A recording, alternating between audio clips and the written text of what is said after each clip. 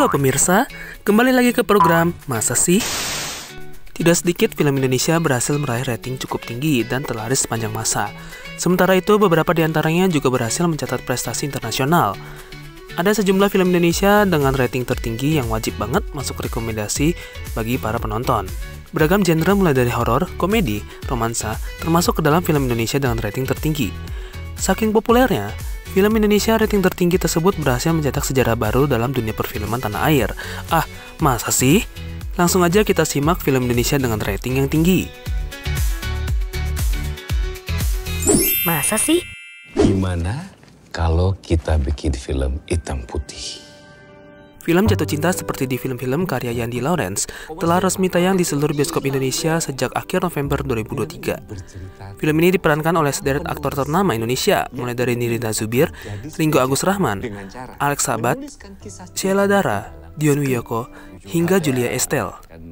Jatuh cinta seperti di film-film mempunyai durasi tayang 1 jam 58 menit.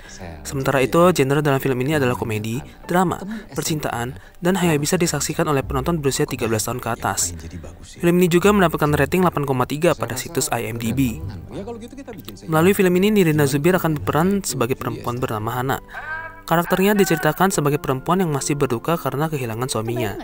Sementara itu, Ringgo Agus Rahman akan berperan sebagai seorang penulis skenario bernama Bagus. Karakternya merupakan teman sekolah Hana, yang ternyata karakter Hana adalah perempuan yang pernah ia sukai. Film ini menceritakan tentang seorang penulis skenario film adaptasi terkenal bernama Bagus. Suatu hari Bagus tengah dikejar deadline untuk menyelesaikan naskah film perdananya. Melalui naskahnya, ia ingin menuliskan sebuah kisah yang berisi perasaannya kepada perempuan bernama Hana. Diketahui Hana merupakan teman Bagus semasa SMA. Awalnya Bagus ingin memperjuangkan cintanya, namun terhalang karena sikap Hana kepadanya. Selain itu, Hana ternyata masih dalam masa duka karena ditinggal suaminya yang meninggal dunia. Sehingga ia belum siap untuk menjalani hubungan baru dan merasa dirinya sudah tidak muda lagi dan tidak cocok dalam menjalani cinta seperti di film-film. Lu tuh nggak ngerti apa-apa. Ya bukan, karena kan harusnya cinta nggak nyiksa diri lu kayak gitu. Adanya visualisasi hitam dan putih dalam film ini ternyata mempunyai makna tersendiri dengan tujuan yang mendalam. Pasalnya, sang pembuat film ingin mengajak para penonton terhanyut dalam kisahnya dan menggambarkan emosi yang dirasakan oleh pemeran dalam film tersebut. Diketahui film ini justru sempat mendapatkan banyak penolakan dari beberapa rumah produksi karena konsepnya yang didominasi visual hitam dan putih yang dianggap akan sulit mendapatkan penonton. Adapun visualisasi monokrom dinilai masih baru dan rumah produksi yang menolak film ini tidak mau mengambil resiko. Pakai drone. Ngejar kita ya kan, cakep banget tuh, cinematic experience. Masa sih? Selamat siang Bapak dan Ibu sekalian. Kenalin, namaku Basuki Cahaya Purnama.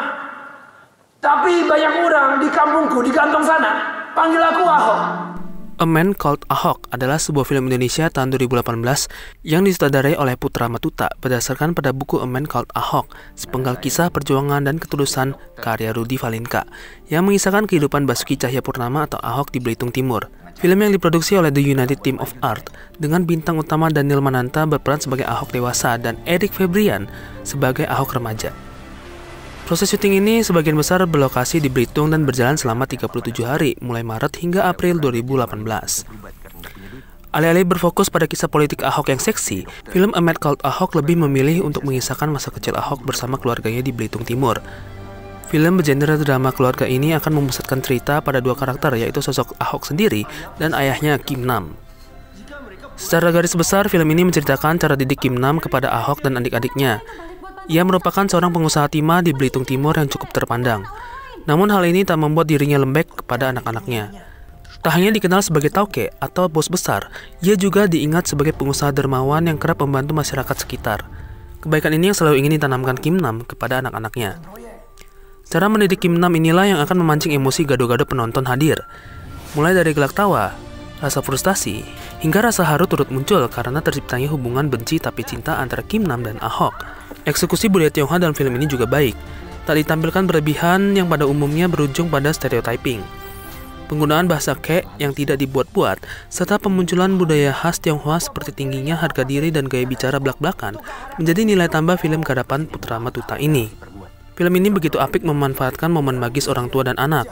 Ada banyak dialog mengharukan antara orang tua anak yang menunjukkan arti kasih sayang tak selalu berwujud manis. Namun sayang, petuah dan kata-kata bijaksana lebih banyak disampaikan secara lisan tanpa penggambaran adegan yang cukup. Secara umum, film ini cukup baik untuk ditonton bersama keluarga. Syaratnya makna akan pentingnya keluarga dalam membentuk karakter anak menjadi sebuah pengingat penuh haru bagi orang tua dan anak untuk saling menjaga satu sama lain. Masa sih? Sejak usaha Bapak bangkrut karena COVID, Bapak ternyata punya bipolar. Kita perlu tambahan uang untuk konseling psikolog, obat psikiater.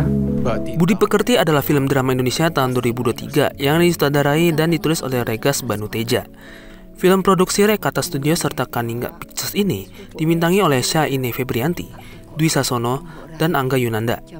Budi Pekerti tayang perdana di Festival Film Internasional Toronto pada 9 September 2023. Film ini juga terpilih sebagai official selection di SXSW Sydney 2023, Screen Festival yang akan berlangsung pada 15-22 Oktober 2023 di Sydney, Australia, serta terpilih menjadi film pembuka di Jakarta Film Week 2023 pada 25-29 Oktober 2023. Video ibu marah ke penjual putu udah ditonton 100.000 orang dalam 7 jam. Film Budi Pekerti mengambil latar belakang di kota Yogyakarta selama masa pandemi COVID-19. Ceritanya mengikuti perjalanan seorang guru bimbingan konseling atau BK bernama Bu Prani, diperankan dengan penuh emosi oleh Ine Febrianti. Saat Bu Prani tak sengaja terlibat dalam perselisihan dengan seorang pengunjung di pasar, kejadian tersebut direkam dan viral di media sosial.